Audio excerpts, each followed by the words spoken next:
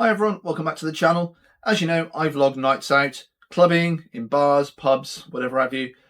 And today I'm going to discuss something that I've had to learn the hard way. And that is how to protect yourself from drink spiking when you're in a bar, a pub or a club.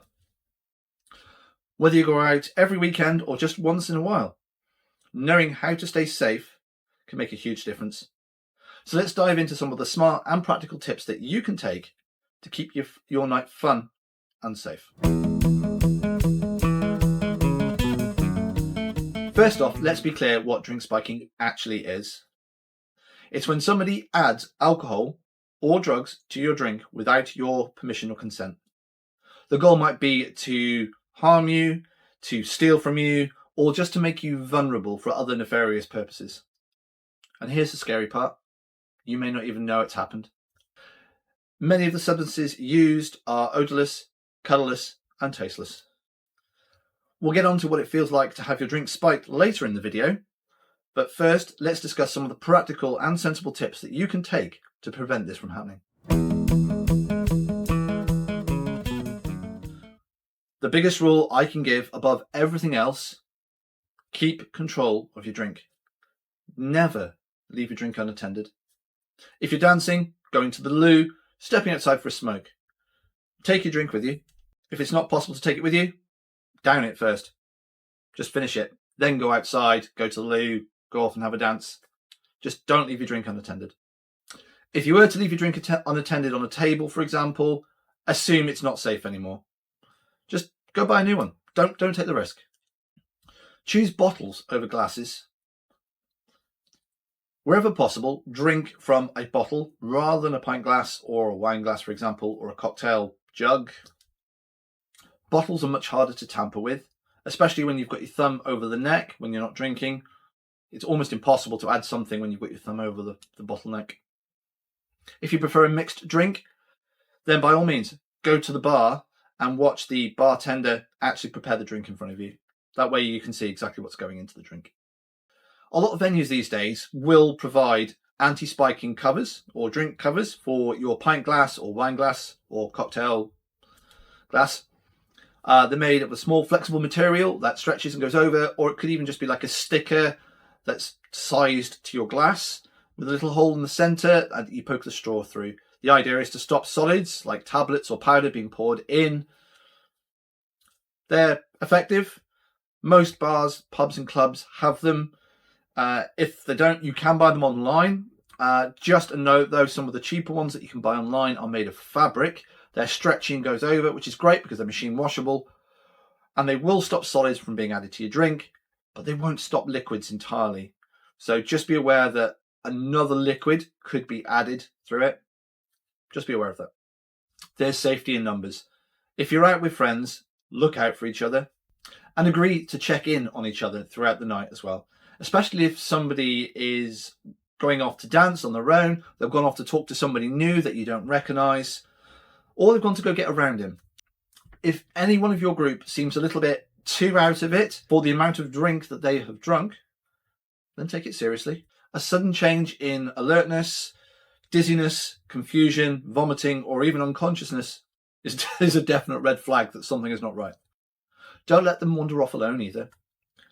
Go to the bar, ask for help, or go to the door security or door staff for assistance.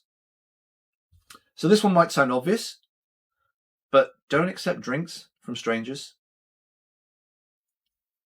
Never accept an open drink from someone that you don't know, especially if you didn't see it being poured. So if someone does insist on buying you a drink, then go to the bar with them, let them buy you the drink, but watch the bartender make or pour the drink in front of you. Trust your instincts.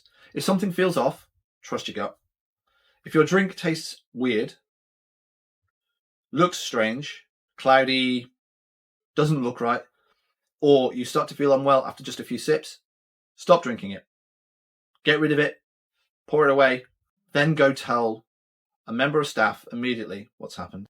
Most venues will take this seriously for their reputation, if nothing else, and staff will help you get the assistance that you need. If you think you or someone that you know may have been spiked, it's crucial to act fast. Get to a safe place. Tell trusted friends, bar staff and/or security, and call 999 if you feel extremely unwell or you feel you're in danger. Practical advice: get some fresh air outside. Sit down somewhere where you cannot fall over and injure yourself. Sip water slowly from a brand new unopened bottle of water. Do not drink the water fast, because drinking it fast can induce vomiting. And if there is nobody medically trained nearby, vomiting when you're already in an unstable state could bring on another medical emergency that you don't need. Medical staff at hospitals, for example, can test for spiking, but it needs to be within 12 hours typically of the spiking happening, because your body will metabolize the chemicals that we use to spike you. So what does being spiked actually feel like? Well, for me, it was a very rapid decline in sobriety. I went from being sober to what felt like being extremely drunk in a very short space of time. And by that, I mean like 10 minutes. I typically drink pints, so my sobriety is quite predictable based on how much I've drunk. But let me tell you, that should not have happened after just 3 pints. At that point, it was 9:30 p.m. and by 10 p.m, I was in a mess. I had no recollection of anything after 10 p.m. I'm told that they got me a drink of water and that I continued to drink water with them for the next couple of hours until I felt well enough to stand up and go home. A friend walked me home. The next day I woke up and I had the mother of all hangovers. It took all day to clear, and I've not had a hangover like that.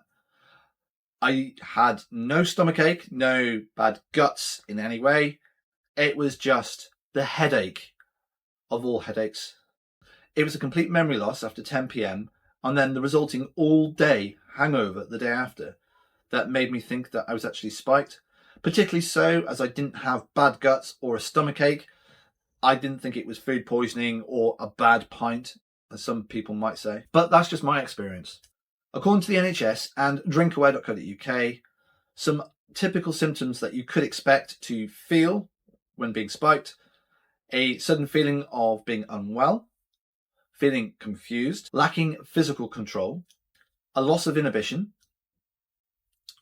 a loss of balance, poor coordination, nausea, vomiting, slurred speech, memory loss, hallucinations, and even unconsciousness. Now, it's important to note that many of these symptoms can be observed when somebody has drunk more than their normal amount. So context is critical. Keep a rough tab on how much you and your friends are drinking and gauge the sobriety against how much has actually been drunk.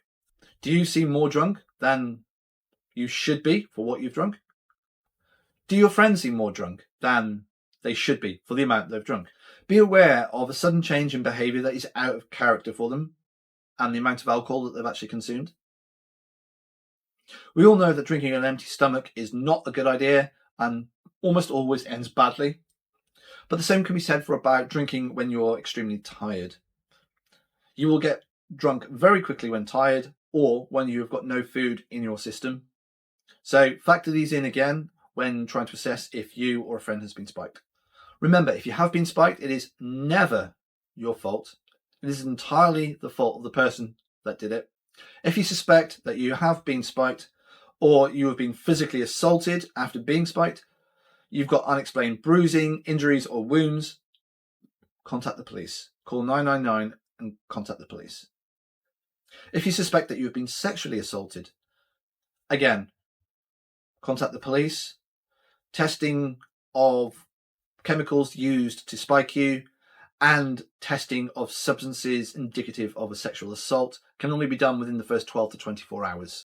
I would also recommend contacting a crisis charity, such as those that are on screen right now, if you do feel like you have been sexually assaulted, as they can offer guidance, advice and support to get you through this traumatic experience. So, to sum it up, keep an eye on your drink. Never leave it unattended. Choose bottles over glasses where you can. If you are drinking from glasses, use the tamper-proof covers that go on. Stay with your friends.